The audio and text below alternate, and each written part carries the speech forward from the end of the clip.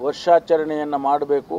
2024ಕ್ಕೆ ಕಾಲಿಡುವಾಗ ಯಾರಿಗೂ ಕೂಡ ತೊಂದರೆ ಆಗಬಾರ್ದು ಅಂತ ಹೇಳಿ ನಾವು ಬಯಸಿದ್ದು. ಅದರಂತೆ ನಡೆದಿದೆ.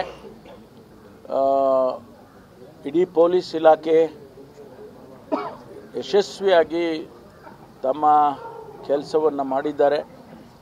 DG ಅವರು, ಅಲೋಕ್ ಮೋಹನ್ ಅವರು, ಬೆಂಗಳೂರಿನ ಕಮಿಷನರು ದಯಾನಂದ್ ಅವರು ಮತ್ತು ಇಡೀ ಪೊಲೀಸ್ ಇಲಾಖೆ ಹಿರಿಯ ಅಧಿಕಾರಿಗಳಿಂದ ಹಿಡಿದು ಒಬ್ಬ ಕಾನ್ಸ್ಟೇಬಲ್ವರೆಗೂ ಕೂಡ ಇಡೀ ರಾಜ್ಯದಲ್ಲಿ ಆ ದೃಷ್ಟಿಯಲ್ಲಿ ಕೆಲಸ ಮಾಡಿದ್ದಾರೆ. ನಾನು ಅವರಿಗೆ ವಿಶೇಷವಾಗಿ ಅಭಿನಂದನೆಯನ್ನು ಸಲ್ಲಿಸ್ತೇನೆ. ಅದೇ ರೀತಿ ಜನಸಮುದಾಯ, ಇಡೀ ರಾಜ್ಯದ ಜನ ಸಹಕರಿಸಿದ್ದಾರೆ. ಅವರಿಗೂ ಕೂಡ ನಾನು ಕೃತಜ್ಞತೆಯನ್ನು ಬಯಸ್ತೇನೆ.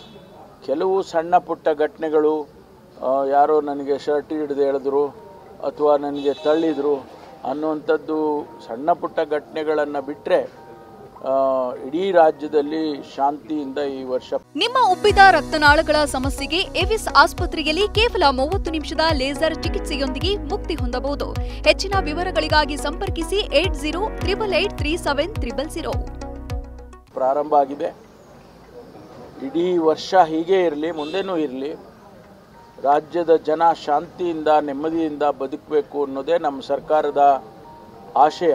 ಮಾನ್ಯ ಮುಖ್ಯಮಂತ್ರಿಗಳಾಗ್ಬೋದು, ಉಪಮುಖ್ಯಮಂತ್ರಿಗಳಾಗ್ಬೋದು, ಇಡೀ ಸಂಪುಟ ಶಾಂತಿಯನ್ನು ಬಯಸ್ತಕ್ಕಂಥದ್ದು. ಸರ್ವ ಜನಾಂಗದ ಶಾಂತಿಯ ತೋಟ ಆಗಬೇಕು ಅಂತೇಳಿ ನಾವೇನು ನಮ್ಮ ಪ್ರಣಾಳಿಕೆಯಲ್ಲಿ ಹೇಳ್ಕೊಂಡಿದ್ದೀವಿ, ಅದನ್ನು ಕಾರ್ಯಗತ ಮಾಡೋದಕ್ಕೆ ಜನಸಮುದಾಯ ಸಹಕರಿಸ್ತಾರೆ. ಮುಂದೆನೂ ಕೂಡ ನಾವು ಅದನ್ನೇ ಬಯಸ್ತೇವೆ ಅಂತ ಹೇಳಿ ನಾನು ಈ ಸಂದರ್ಭದಲ್ಲಿ ಹೇಳೋದಕ್ಕೆ ಬಯಸ್ತೇನೆ.